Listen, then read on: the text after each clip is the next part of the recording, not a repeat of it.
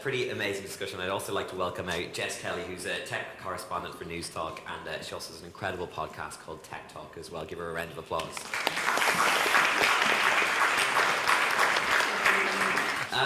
Managing your online well-being, that's what we're here to talk about today, and we're going to have a few different stages for it. I know you kind of got into a couple of things yourself there in terms of how what you've had to, I guess, put up with over the years, but also how you've dealt with it as well, which is so amazing. And there was definitely, I felt like I related to a lot of it because I used to be a YouTuber and I was well used to the hate that you could get. In many ways, I used to say that it sort of built me up and gave me a thick skin, but at the same time, I had a lot of feelings of, did it have to? Did I have to go through it? The worst that I probably ever had was, I remember someone every day for about 2 weeks was sending me these videos of his friend. He put a bag over his friend's head and was saying that it was me and that he was going to kidnap me and all this sort of stuff. I was like 17. I was like, all I'm trying to do is make videos about like cute things and talk about, I had like an emo fringe and everything. I was like, there was nothing hostile about anything I was doing. But it was scary, and that's not the sort of thing that everybody goes through at all. No, and like what's really interesting and hearing these discussions is that, you know, the internet is an amazing thing for the most part. Bullying existed before the internet. Inappropriate behaviour existed before the internet. What's happened now is this thing has come along, and what's amazing for most of us can turn bad for some of us. And the thing that sort of impacts me the most is that nobody is really teaching us how to deal with it. So when I was bullied in school, I'd have a cry in the loo, I'd go home, I'd get over it, I'd play in the garden with my brother, that would be the end of it. Cyberbullying for me only started when I was 22. So I work in a radio station, I started doing stuff on air, and people would send me things, really nasty comments because I didn't like a particular phone or because of my accent. Things that, like, you just think, who has time to send hate over this? And what I found really difficult was I'd go to bed at night and put my phone on my bedside locker, and I'd wake up in the middle of the night and I would see the messages. I'd wake up in the morning and I'd see the messages. I go into work, they're there. I go to pee, they're there. There was no escape from it. And nobody, you know, it's great that you guys are all here today because you're here with your schools who are obviously aware that this is an issue. But there are very few people owning the problems and saying, this is a solution or this is something that we can work towards. That's why people like Webwise are so important, because they put information out there for the students, for the teachers, and for the parents. I think we need to shout more about the problems. I think we need to hear more of your story and what goes on. Because the fact of the matter is, I don't know how many people are in this room right now, but not all of you are going to be cyberbullied. Not all of you are going to be sexting. Not all of you are going to be doing bad things with your phones. That they are the minority. Unfortunately, they're the ones that get spoken about the most. I think it does come down to building up resilience and just knowing what to do and where to turn when something goes wrong. Because, you know, I didn't think it was going to impact me, but I was 21 or 22. It still happens to me now. I'm 29, and there's days when I turn my phone off because if I see one more thing, I might just have a whinge. And it's not because I'm a weak person. It could be because my dog died, or, you know, my mum is unwell, or something else is going on in my life. I just don't need a stranger talking crap at me down the internet. And I think it's acknowledging when there's a problem and then dealing with it. Because you said there that, you know, there was bullying before there was cyberbullying, and you said nobody seems to have a solution. Is it in this case that there probably is no solution? It is that we just have to equip ourselves with these tools to combat it. I don't think there's a solution in that, you know, bullying still exists even though, you know, we've all had anti-bullying campaigns. I think the solution, if I can use that in inverted commas, is being wise to it.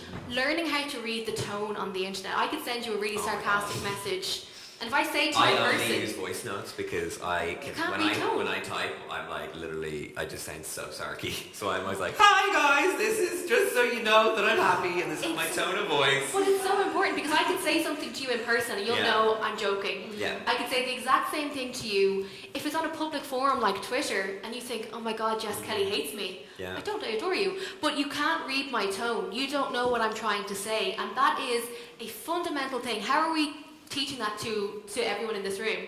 How are we teaching everyone in this room and also ourselves what's a true friendship versus an online friendship? Can they be the same thing? You know, if I watch all your videos and I leave comments under your YouTube videos saying, I think you're amazing and the best person ever, you wouldn't be able to pick me out of a lineup in a room.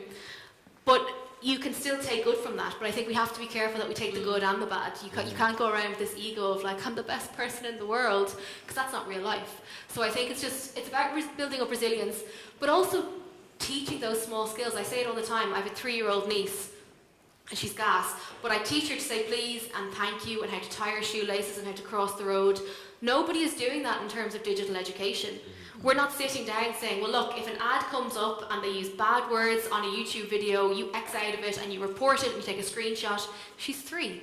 But these conversations need to happen because that's where they're growing up. Our digital lives used to be, like I heard you say at the beginning, you know, when you started YouTube, people would mock you or slag you or bully you over it. Yeah. It's the same with, you know, when I started working in Newstalk in the radio station, everyone would slag me going, oh, there she is on her Twitter again, like, do you ever have a thought and not share it online? But that's the thing that my generation does, and it's the thing that your generation does, and every generation after us. So I think we just need to pick up these core values as we go and have it as fundamental as you look left, right and left again when you're crossing the road. When you're online, you look for something dodgy. If you're not happy, screenshot, block, report, tell grown up. It's those little things. Completely. Beckie, do you think there are practical ways to kind of deal with? For me, I know that, I don't know, go back a couple of years or so, when I was going through the really extensive things I mentioned, like acid threats and death threats, stuff like that, it was at a point when the police didn't take it seriously because social media was such a new concept.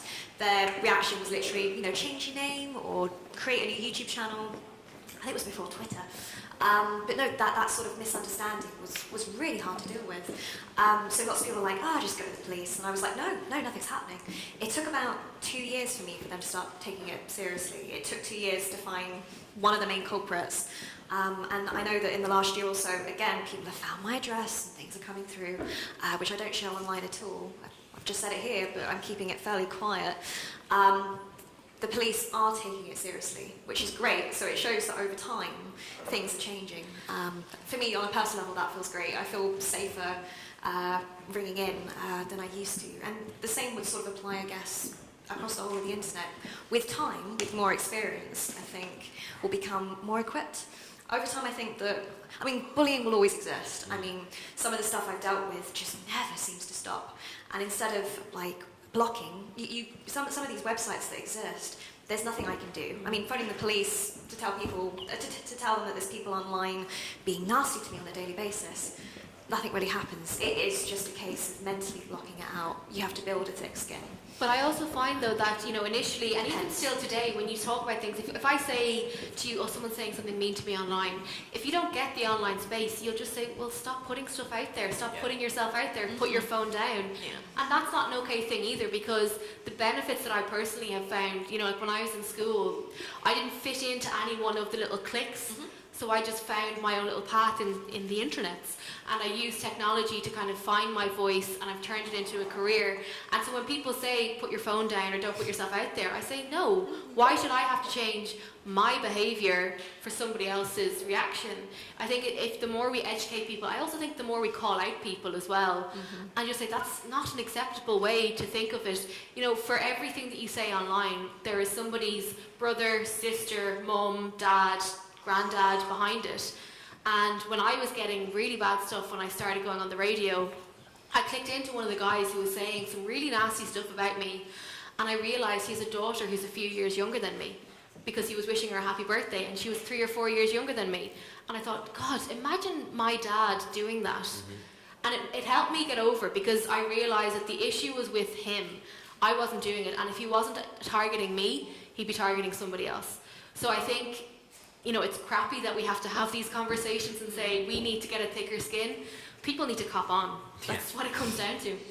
Completely. And you said there that you shouldn't stop, because we're talking about managing our online well-being here. It's not about scaring you into being like, oh, I don't need to post anything. Oh my God, I'm gonna have to stop doing anything and not put myself in the firing line.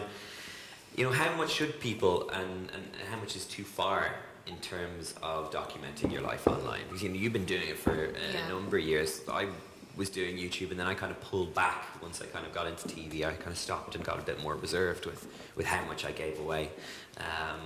But when I was younger, I was definitely giving too much about relationships, about friendships, about everything. To a point where I got to the age of like 26 and was like, oh my god, I need to delete 20,000 tweets. I'm at that point. No joke, I deleted 20,000 tweets. I'm at that point now. It's a weird place to be. So having shared so much growing up, and not realising, well, we didn't think YouTube was going to be here 10 years on. I mean, it was my 12th anniversary on YouTube yesterday. 12 years worth of my life. It's like having a photo album on public display. And even though I've taken some stuff down over the years, people have still got copies. I don't know, photos, videos, everything. You'd be surprised. For me, it's still about finding a balance.